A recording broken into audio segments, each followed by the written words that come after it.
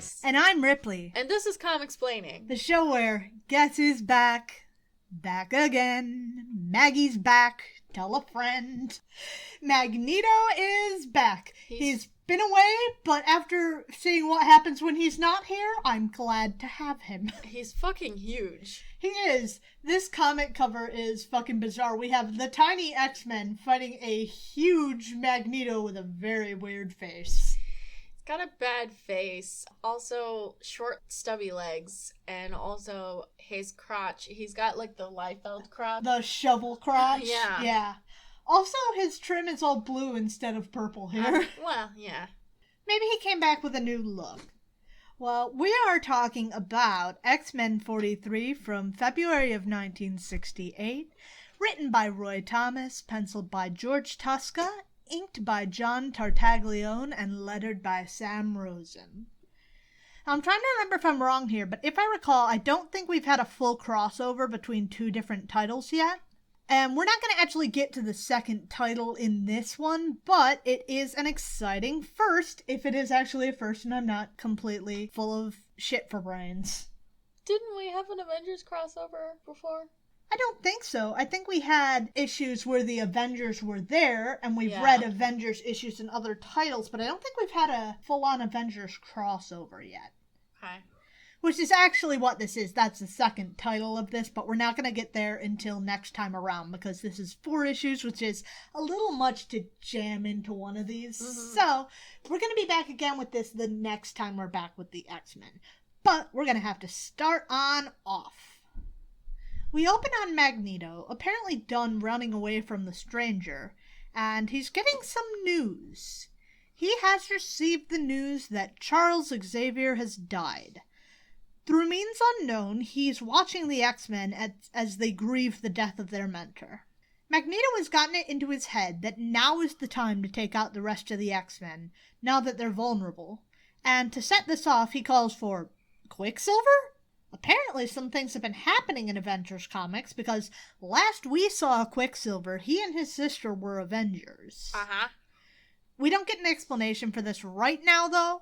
Instead, we turn to the X-Men at Xavier's graveside as a priest leads the ceremony to lay him to rest. This priest looks like Spock. Yes. He does, in fact. Also, points for Scott's beautiful fuchsia trench coat. For this funeral, yeah. Great look. And also in general. It wouldn't be the first time he's worn a pink coat. No. Y'all really need to tell this boy what he's wearing. Or maybe they do and he just likes that. I guess. Maybe he doesn't believe them. You guys are just fucking with me. I don't have a fuchsia coat. No, it's gray. No, Scott, seriously, your coat is pink. I'm not having any more of your pranks, Bobby.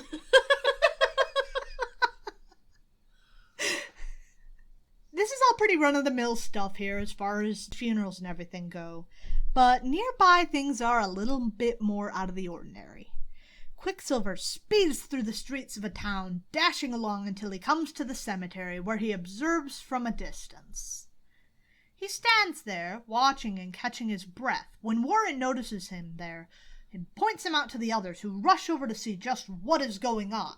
Assumedly leaving a very confused priest behind, seeing as the entire funeral party just ran off. Yeah, all of Chuck's friends aren't here. Yeah, it's weird. Apparently the X-Men too have heard of Pietro's change of colors, and they want answers. They ask what he wants, but poor Pietro is so keyed up that Scott, edging closer, sets him off, and he dashes back off again, leaving the confused and soaked X-Men in his wake. The confused Reverend calls the bunch back, but he is not the only one watching them, as Magneto continues to view this from afar, and he is pissed about Quicksilver running off to see the funeral. He suspects treachery. He's so insecure about his lackeys. The X-Men finally return home out of the rain, confirming that indeed no one else came. They specifically name-dropped that Banshee and Fred Duncan from the FBI couldn't make it, because I guess those are the only friends that Charles has. They're also wearing their costumes under the trench coats they were wearing for the funeral. Yeah, it's really weird. I cannot believe that. Like, why? Why? And we even saw that Scott had, like, a suit on, so I guess he's just doing the superhero thing where you wear your superhero costume underneath your clothing at all times. Yeah. Whatever. There are other things that need attending to right now after Charles's passing. Apparently in his office, he instructed that there is a button that the X-Men are to press if he ever dies. And when pushed, it reveals a projector and a screen that give them his last message. Charles has a lot to say about why he was so intense and weird with the X-Men towards the end, revealing again that he was dying of some kind of disease that medicine couldn't do much for. And he knew that he didn't have much time left, so he wanted to make sure they were prepared, really grinding them down with training towards the end. Further, he reveals that he's been training Jean's previously dormant telepathic skills, so that they still have a telepath on hand. Ooh. Yep, Jeannie's coming into her own. But with all of that aside, there's his last warning for them, cautioning that he suspects Magneto has returned and they'll have to deal with him in the near future. Speaking of which, we return to Magneto in his new hideout, perched atop a rocky island in the Atlantic Ocean. He pointlessly antagonizes and ultimately destroys a nearby cargo ship to lazily resupply his base. I don't know how exactly he thinks the crew are going to warn the world of his menace, though, because that's why he spared them. It's like, what, they're going to swim to the next island in the middle of the Atlantic Ocean? No, Mags, they're dead. Yeah, realistically. But he's got bigger fish to fry. He has to deal with Pietro's possible backstabbing, as P is just returning home right now. Quicksilver enters the base, and we learn that he and his sister are here following some sort of incident with humanity which left Wanda's powers on the fritz and her mind ill at ease. Toad enters the scene, pretty much just saying, "Neener, neener, I'm gonna tell." How did Toad get here? He just is here. Okay. Wherever, I guess he's also back from the stranger. Well, but when Magneto came back, he said that he left Toad there. Right, but it seems like the stranger chased Magneto elsewhere and probably brought him back, so maybe he came back again, but this time he brought his lackey. I guess. I don't know, man. I have no idea why Toad is here. He also looks, like, weird. Yeah, well. It may just be, like, we're changing art styles, but he has much more of a person face. Yeah. I kind of like it. He hops off to tattle as Pietro embraces his sister, Wanda, who was convinced that he left forever and abandoned her. Pietro reassures her that he would never do such a thing. Apparently, caught up in emotion, the pair slide to the ground as Pietro relieves his troubles onto his sister. He'd hoped that Charles could relieve the trouble with Wanda, but now that he's gone, they're left to Magneto's not-so-tender mercies. This is really cute, actually. It is. I really like it. It's very... You get the feeling that these are people who very much care for one another. Yeah. She's like cradling his head, and I think that's really sweet. It is. Speaking of Magneto, though, he bursts through the door, having indeed received Toad's tattletale. Toad eggs him on, ushering him to teach Pietro a lesson for threatening him, but instead Magneto picks up Toad, revealing that he forces him to wear a metal belt so he can pick him up whenever he's being annoying. I love that. I think it's really fucking funny. This whole page is really good, actually. It's really entertaining. This does at least give Pietro the chance to explain that he has not betrayed Magneto. He also reveals in a thought bubble, so just to us, at least part of the reason that he and his sister are here is that Magneto has promised to cure Wanda's condition. Mags doesn't accept Pietro's initial pleas of innocence, heading in with the knowledge that he's entirely aware of where Pietro disappeared to. But Pietro explains that he simply went there in sympathy of another outcast to the world, paying his respects. Max doesn't like this answer much either, insisting that Pietro owes his loyalties to him, as he's the one hard at work devising a cure for Wanda's condition. Which Pietro gets snotty about, as here Wanda is, still not cured. Magneto doesn't care much for this, but he does snap that a cargo ship carrying the equipment he needs is going to pass by their location soon, so he can finally sort that out. And with that, he stomps off, revealing through Thought Bubble that he caused the bullet that apparently shot Wanda to graze her head and put her in her current state. Oof. Yeah, that's a mess, especially considering what we know about Magneto Yeah. and them. Yep. Messy. Okay, the Brotherhood of Evil Mutants have a lot of drama going on, and I'm living for it. I didn't realize how much I missed them until they were gone. Yeah. A few days later, the ship nears Magneto's rocky redoubt, bearing a computer he desires to its destination. Little known to most of the crew, it will not make it, but there are some individuals aboard well aware of the fact.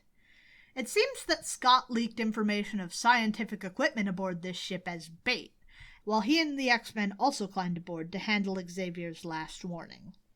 As predicted, Magneto acts, lifting the entire ship up out of the water. The teens suit up, and Scott explains to them just why he figured this was going to work.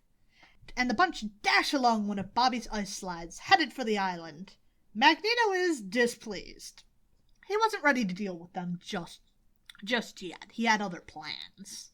He scowls aloud that his plan was not to cure Wanda, but instead to enslave the minds of all humanity and then take down the X-Men. Okay. That doesn't have anything to do with Wanda, but okay. Yeah, no, I don't. I guess he's just stringing Pietro along. Yeah. Because he wants lackeys. Yeah. Well, the X-Men storm the gates of the hideaway as Magneto heads their way. The two forces headed for a clash. The inks in this issue are really giving Magneto like a wide-eyed... Crazy look. Yeah. It's a bit much. It is. It doesn't really suit him. No. He's already, like, plenty of shadow. He doesn't need that. Like, it looks good, but it's not in character. Right, he's not wild crazy man, though I guess it's not too far off for Silver Age Magneto, who is just a character in and of himself. Almost like... distinct from the Magneto that we've come to know in more recent times. Yeah. Evil for the sake of being evil. Exactly. As all Silver Age Marvel villains are. Pretty much. You don't get much nuance with that. Mm-mm. Well, when they come together, Magneto unleashes on them immediately, smacking Angel and Marvel Girl with the metal from the ceiling and knocking the pair momentarily out of the fight. We also see that Magneto's sense of decoration hasn't changed much, as Beast topples a giant stone urn filled with flame towards the mutant master of magnetism. But it's no trouble for him to use the iron within its composition to atomize the fucking thing. Why? Somehow. Why? It's so over the top. Just yeet it elsewhere. Right? Drama queen. That's the one thread that is consistent between the two. Drama queens. High camp. Quicksilver dashes out to take a swing at Cyclops, but misses. Fucking Quicksilver and Cyclops again. They got a thing going on, man. I don't know what it is, but they got a thing. Magneto, however, doesn't miss, and he pulls the metal out from underneath Psyche's feet to swipe its feet out from under him. Entertainingly enough, Magneto has a literal battering ram with the head of a ram at its front. Oh my god. It's like the artist didn't understand what they meant when Roy wrote, he has a battering ram. Right? Oh my god. It also looks like the artist has never seen a ram in their life. And has only heard it from vague descriptions. Rams have like a bunch of curly hair, right? Yeah. Definitely. Well, Toad activates this battering ram and pumps most of the X-Men. There's an art error here, I think, because we haven't seen Bobby through the fight, and distinctly we see Cyclops being sent flying absolutely limbs akimbo. Yeah. But the next thing we see on the next panel, they say a fifth masked figure steps to the fore, as if Psyche wasn't just sent fucking ragdolling across the room. Fucking Cyclops over here T-posing. Yeah, there's some weird art shit going on with his legs here that I hadn't noticed until now. Tiny legs. He's just, like, facing straight off against this battering ram as if... I can't even describe it. It's just, like... Oh, he's blasting this battering ram. He's trying to keep it at bay, because something's got to give between the hydraulic force behind the ram and Scott's optic blast. I get that. I just think that his pose is really funny. It is really funny. And the fact that they didn't color his optic blast. At all. Yeah. Yeah, that's strange. That's really strangely done. It's like he's trying to fucking stare it down or, like, power pose it away. If you make yourself big, the bear will think you're big. Yes. Well, Scott is the winner of this little contest, but even though he beat the ram, he doesn't beat the jolt of electricity Magneto sends through the floor, knocking all of the X-Men out. Damn. Now, I'm not going to spend much time on our next segment. It's pretty much just a power rundown of Cyclops, concluding the origins of the X-Men segment on him. This bad boy is written by Roy Thomas, penciled by Werner Roth, inked by John Verpoorten, and lettered by Artie Simek. So what's the rundown? He's strong enough to destroy a tank. His eyes are somehow solar batteries, and he photosynthesizes so he can get around to the old blasty. He's a plant. He's a plant. A plant with laser beams. You know, as they do. His visor can block his optic blasts, and he can also narrow and control the beam by how he shapes the opening. As he ages, he's needing less and less recovery time, and he's less and less likely to get knocked out of a fight by just blasting too much. His blasts are force and not heat. His beam can go for several hundred yards, though it dissipates and gets less forceful with distance. And he has control studs like the ones on his visor built into his gloves as well that can operate his visor. Great segment. The end. Yay! Glad we did that. I mean, this is like mechanical shit that some people really love, you know? I don't mind it. I wish it was more utilized in the story. I'm sorry, is that school bus green? Yeah. What the fuck? Anyway, let's move on. Let's move on to... Wait a minute. It's the Hulk. And they're like, who's gonna win in a fight? And then they don't give us the answer. Yeah. I'm betting on the Hulk, personally. Yeah, I agree. The angrier he gets, the stronger he gets. So maybe if he just gets really angry, the beam just does nothing. We move along to X-Men 44 from March of 1968, written by Gary Friedrich. Who? Yeah, that's right. We changed writers right in the middle of a plot. Though from what I understand, the plotting in this one was done by Roy Thomas, with the scripting by this Friedrich fellow. Were penciled by both Werner Roth and Don Heck, inked by John Tartaglione, and lettered by Sam Rosen. Oh, this is actually the X-Men featuring the Angel. Yeah, it's, this is a really, really weird turn on this story. Yeah. We're gonna take a strong turn into left field on this one. Uh-huh. We open on Magneto, gloating over the now defeated X-Men as they lay collapsed on the floor after that electric jolt from last issue. There's a bit of conflict among the Brotherhood. Toad urges Magneto to kill his foes, but Quicksilver pleads that murder is a bad look.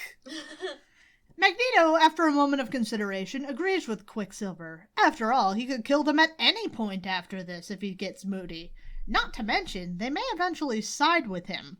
They would be valuable lackeys, as certain figures have already discovered. Yeah, that's totally gonna happen. Speak not ill of the dead, though. Magneto tasks Quicksilver to take charge of their imprisonment, and should they escape, it will be on his head. It seems that this may have already been something on Magneto's mind, as he's cooked up specialized restraints for each of them to prevent them from using their mutant powers.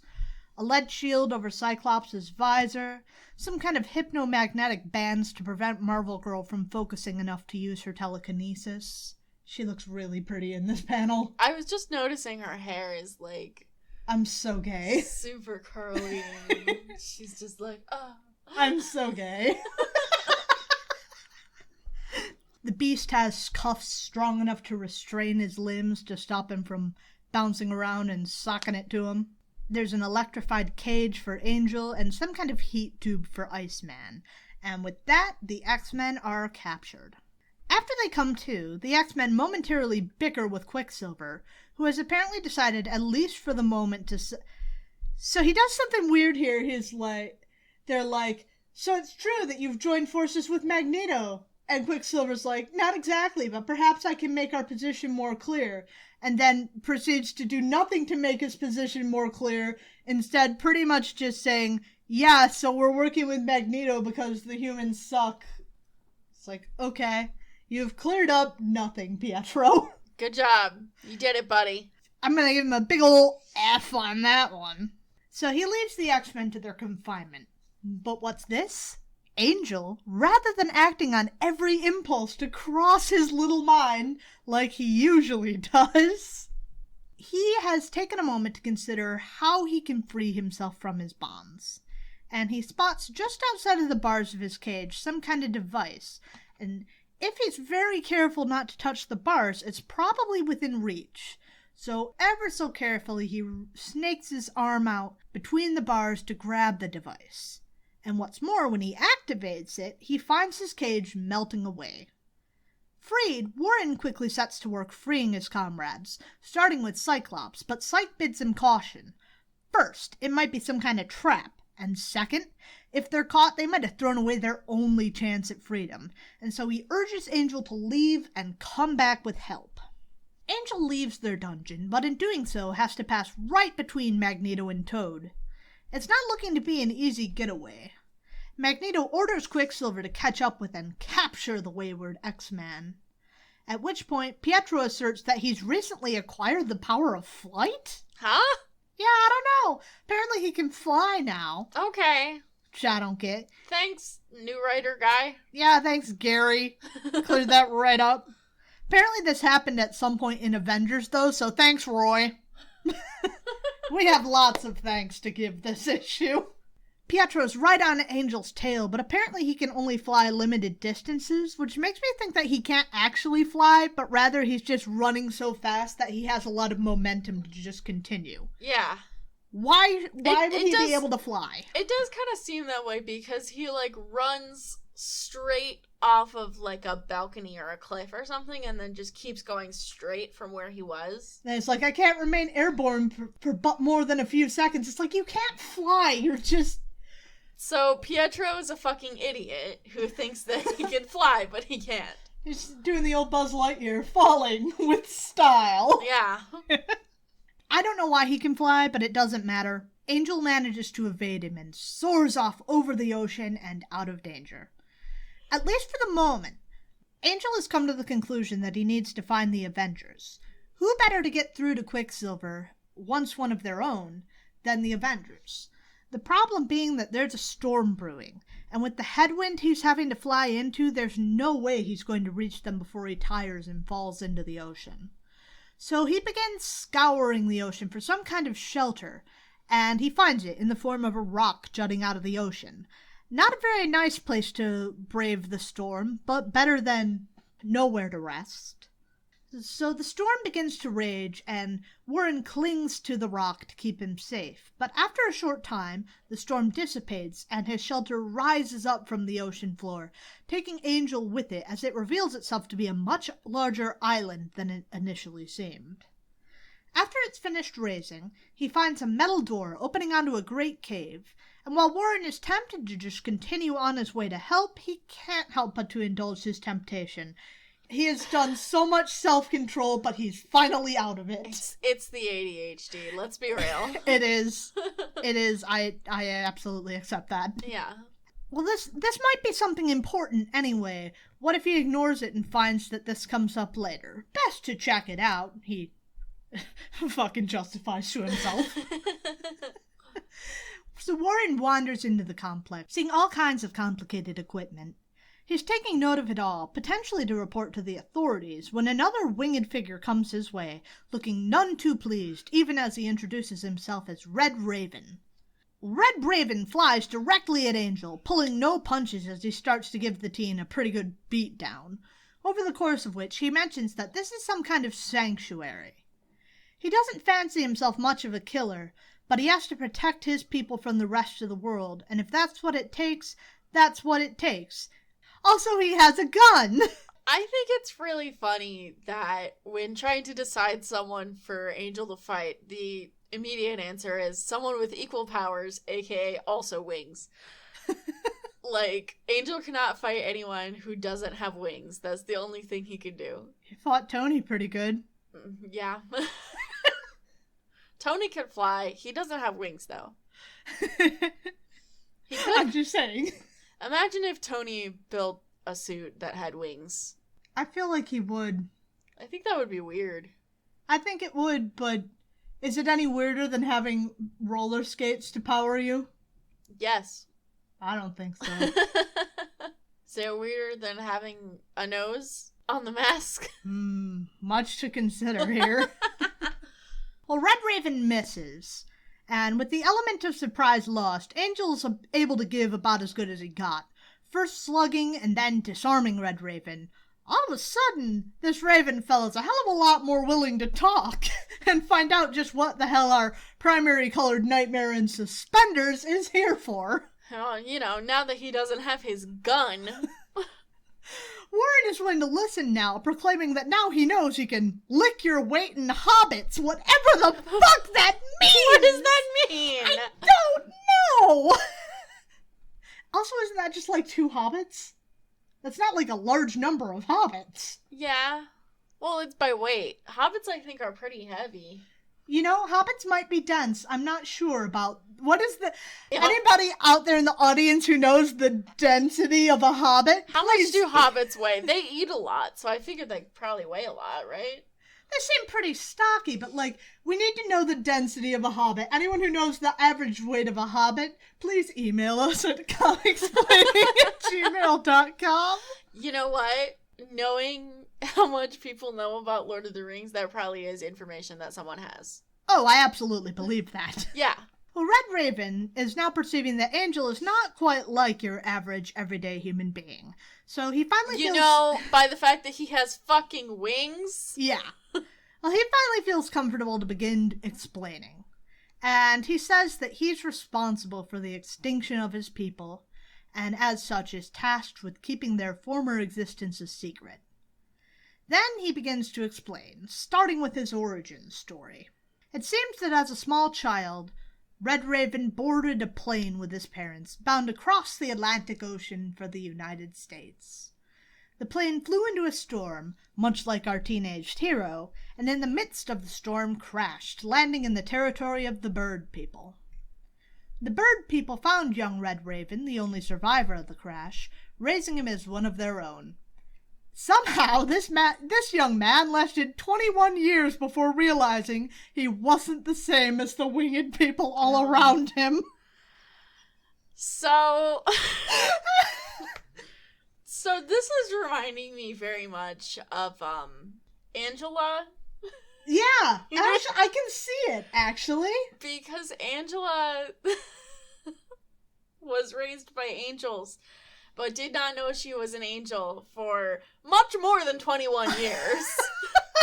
Even though all of the angels had wings and she did not. Oh my god. She was literally called the wingless angel. This is incredible. Literally. She and Red Raven have a lot in common. They should hang out. They should.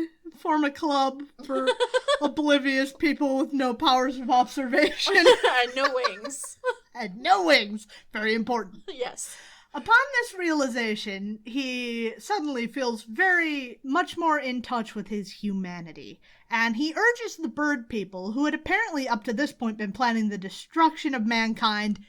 Why? Yeah, well, he told them, don't do that. Hey, before you guys go around destroying mankind, maybe you should develop the ability to wear shirts. We're jumping the gun here. It's a cool thought. Maybe shirts are kind of like a hindrance if you have wings, though. Okay, but they could get like a vest or something. If Hercules can call a bandolier a shirt, we can find something that works. They could get something, okay? I read Maximum Ride. I know. Oh my god, you did? Yeah. Yeah! Anyway. Yeah, the Bird People are hearing none of it. So instead, Red Raven takes his plea to the leader of their people. But he also has no intention of deflecting their imminent attack on what they call the Earthlings, which is kind of a strange choice, but okay. Well, despite being severely undernumbered by contrast, there is one island of winged people, and they're going to wage war on the entire Earth. Cool. Great plan. A+, guys. Well, Red Raven then steels himself for the idea that he may have to do something terrible to prevent this all from coming to pass. So he lets loose a sleeping gas on the entire population of the floating island before imprisoning them in stasis chambers so they remain asleep, and then sinking their island below the waves for 20 years, at which point he hopes maybe things will be different. And that takes us to now. I think this is a bad plan. Because if they're all asleep in stasis, how are things going to be different? They're just going to wake up and be like, okay, back to our plan to destroy all humans. Yeah, that's a strange choice. I don't exactly get how his plan works, but we've already realized he's not the brightest bulb. Also, I like how all of these dudes look exactly the same. Also, we've never gotten to the point of how the fuck does Red Raven have wings if part of the whole point is he doesn't have wings? I think they're part of his costume. Yeah, I think they're built in, but it's weird that we never address this. They were like, our human... You know what? Here's a better question. Why, if the winged people, the bird people, want to destroy all humans, why did they feel it necessary to take in a human orphan? It's a strange choice. Also, why do they all look the same? That's what I just said that. But, like... I guess at some point they were like, okay, our weird wingless child feels bad because he doesn't have wings, so let's make him some wings. That does make some sense to me. Yeah. Oh, you can have wings, buddy. And then you can help destroy the mankind, because you're just like us, you got wings. Yeah, but he wears a shirt, so he's not the same. That's true. It's all true. It's 20 years later now, and Red Raven, having assessed the situation, has come to the conclusion that there's nothing to do but sink beneath the waves once more because predictably nothing has changed. How old is Red Raven at this point? 41?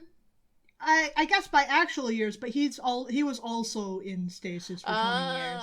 Okay. So effectively just 21. I see. His reasoning skills have not improved any. Okay. Angel pleads that Raven's people don't pose much of a threat against the U.S. Air Force, and if they try to attack, they're not gonna do anything. And we can probably bring them in without, like, killing everyone. Uh-huh. But Raven is ultimately not swayed. And he stuns Angel with the gun he apparently retrieved at some point. No, it's a different gun. Oh, he has a new gun. It's a bigger gun. It's different. Oh, he does. All right. Well, he got another gun at some point where he was giving exposition and decided that he will sink the island back beneath the waves, but he's going to give Angel a little raft and leave him afloat so he can head back off to what he was doing. I don't understand how Red Raven is reasoning that Angel... You know, if I, like, was from a race of bird people who all looked the same and had, like, big white angel wings, and then another dude came in with big white angel wings, I'd be like, Arr! He does look very similar to, he's also blonde. Yes. He just has a shirt, so clearly he's different.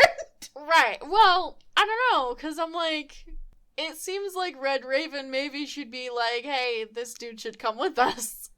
That does make sense to me. Unlike anything else in this fucking book. Yeah.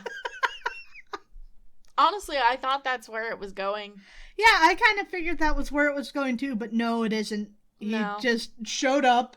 Just these winged guys. And gave that's this weird story, and then decided, I'm going to go back beneath the ocean again. I want to sleep again. Deuces.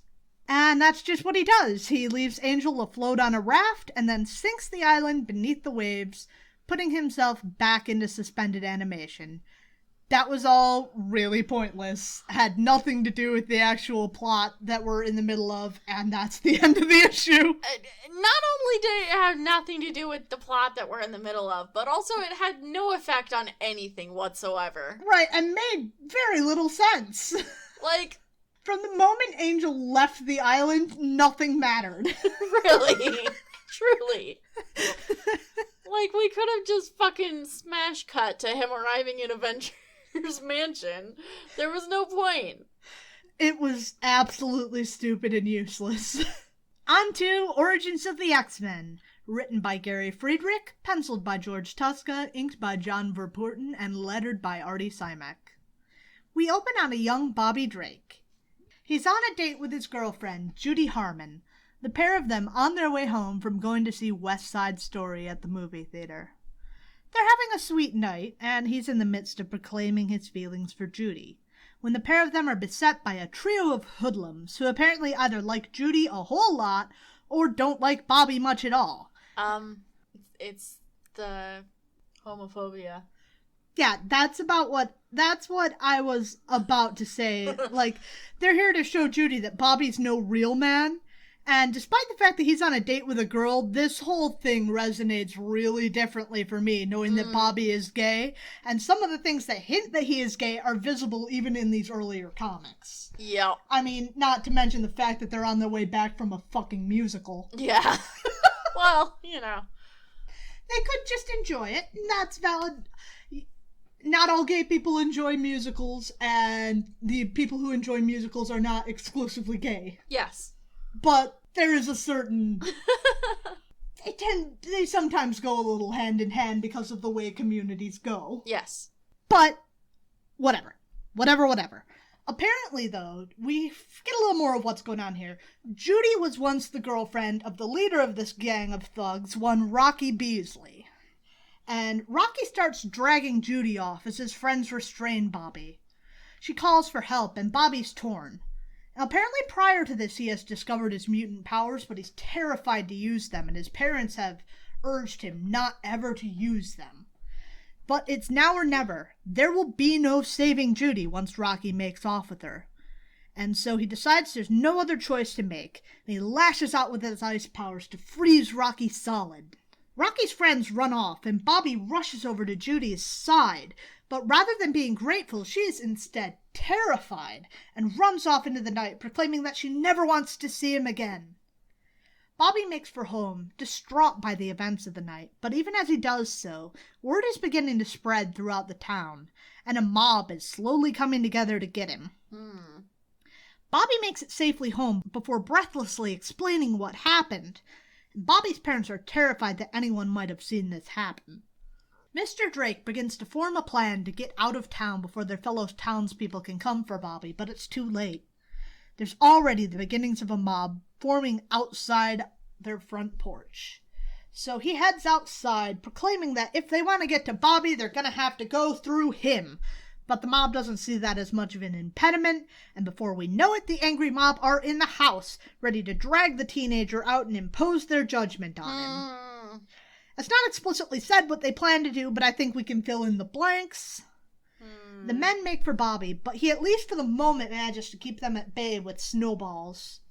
Bobby pleads that he'll turn himself into the sheriff, but the mob aren't having it, and they quickly overpower the boy, though they do go with his suggestion and drag him off to the sheriff themselves. That's good, at least. Yeah, better than it seemed like things were going. This is... Yikes. The next day, word of Bobby's plight has spread, making it even into the newspaper, where one Charles Xavier reads of the young man's current troubles, and he decides that he's found his next student. That night, Bobby sits huddled up in his cell, waiting to see what's to become of him, when suddenly a blast of light fills the cell. And we're left on that cliffhanger until next time. So Bobby's origin story is... it just hits different. Yeah, you know, even if they didn't make him gay later, reading this would be like, this hits different. It really does. But that's what we've got for today. And luckily, even though we're coming in a little short, we do have something that we've been meaning to get to. Yeah. You see, we're fools, and we haven't been paying attention to the movie schedule outside of MCU releases. But little did we know... a couple weeks ago, out came Venom, Let There Be Carnage. And it took us a while to be able to get to see it, because we were dumb and didn't realize that we had to see it. And we went to see it last week, so we want to give some of our thoughts on Venom. I'm just going to call it Venom 2, because I'm sick of saying Venom, Let There Be Carnage. Yeah. What are my thoughts on that movie? What are your thoughts? I don't remember. Very helpful. I liked Venom, Let There Be Carnage. You liked it a lot. I liked it a lot. Now, I want to caution here that I'm not saying it's a good movie. Because it's not a good movie, but it is a very fun movie. It's an enjoyable movie. Not a good movie. Yes. I mean, the first Venom was that too. Exactly. So this is on brand for this little semi-franchise. Right. But I have never seen a movie since I've grown out of this phase that I have so absolutely confidently been able to say that if Teenage Ripley had seen this movie, oh my god, my edgy little self would have been all about this shit. It was extremely, like, goth camp. Yes. Yeah. It was so fucking edgy in all of the best, fun, ridiculous ways. When I was the age that this would have appealed to me, all the edgy little teenage fuckboys were all about the Joker. This movie would have been The Dark Knight. Uh-huh. And it's a much worse movie than The Dark Knight. Yeah, but more enjoyable. Absolutely. Yeah. In a heartbeat. Also, as John pointed out, because John went to see it with us too, this movie has one of the best PG-13 F-bombs I have fucking seen in a movie. It really does. They save it for just the right moment. It's amazing. Like, because in a PG-13 movie, you can use fuck once. You may use fuck once. Goddamn old ass meme central again. Yup. It's amazing. I was really worried that Woody Harrelson was going to look exactly as ridiculous as he did at the end of Venom, but he looks better. They've done a better job on his hair than whatever Ronald McDonald ass, clown ass looking fucking wig they put on him at the end of the last movie. Well, they made it straight instead of curly. Yeah, it looks better. Even though Cletus's hair is curly, it looks better. Yeah. It just doesn't work with his face. Fucking Carrot Top over here. But that's not the only thing that there is to say about Venom. Indeed, we have kind of buried the lead on this. Did we? Yeah. Oh, yeah. Well, I was gonna say, actually, before we get into that, I'm in love with Shriek, and I would like to date her. She's pretty. She's very pretty. I like her one violet eye. Yes, I love that. I love that she can scream really loud. That's pretty cool. Yeah. She's very goth. I love that.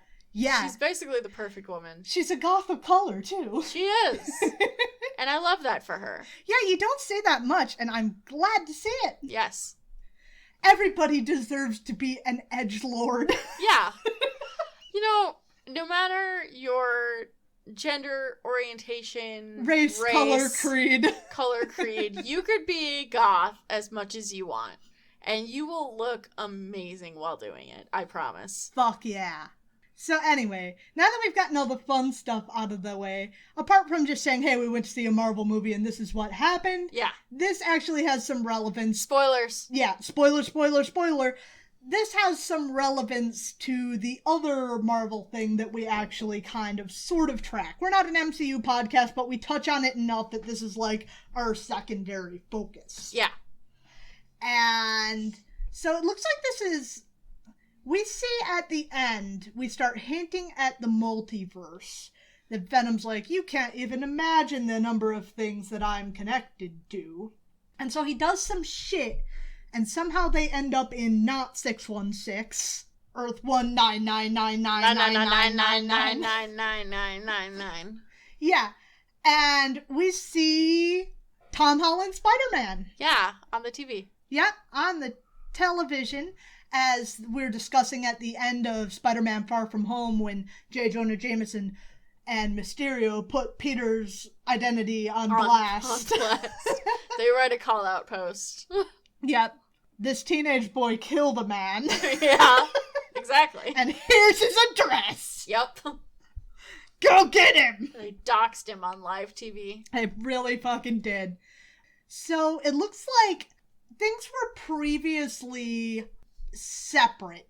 where Sony could do their own thing with the other characters that they had the rights to use, but Marvel Studios could use Spider-Man. And it seems that they must have come to some kind of arrangement that these two properties can be tied together. Something we also saw in the preview for Morbius, which I forgot all about existing, at the beginning of the movie. Yeah, there's a Morbius movie coming out. We were watching it, and I saw something that was like, well, that's weird. That really seems like it's tying in with the MCU, but it can't be. Little do I know, at the end of the movie, this is about to become much more explicit. Yeah. So, it seems that the Sony Spider-Verse is tying in. I'm not sure exactly how. It may just be the way they're messily tying everything together with the multiverse shit, which I'm actually fucking excited about. Yeah. Well, they also have Alfred Molina as Doc Ock. And Willem Dafoe is the Green Goblin, my favorite ham sandwich of a man. There's, like, definitely some shit going on. Like, they're bringing in all the old Spider-Man villains. I'm so excited, and they're gonna fucking stab me in the heart again, I know it! Yeah. Yeah. I'm so excited. Anyway, Venom Let There Be Carnage was really fun. I would have to rate it on 2 different axes if I have to do it. Goodness as a movie, 5 or 6 out of 10. Enjoyability, 9.